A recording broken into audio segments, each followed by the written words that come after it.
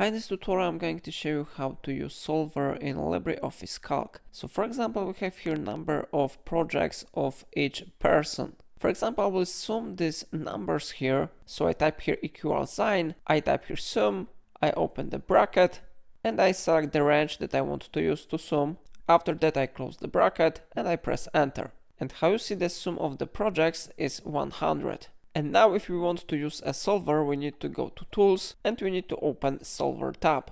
So I click here. Okay, so first I need to select the target cell that I want to change. So I click on shrink and I select this one cell.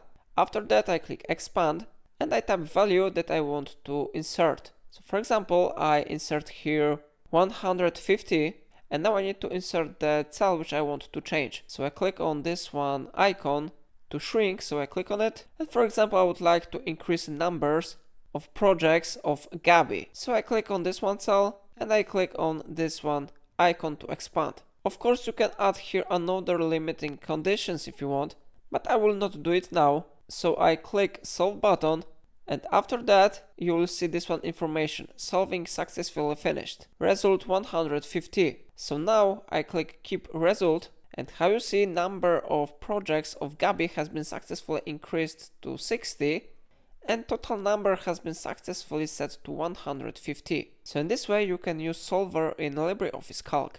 If I helped you to do it, remember to like this tutorial and subscribe my channel, and please let me know in comment if it solved your problem.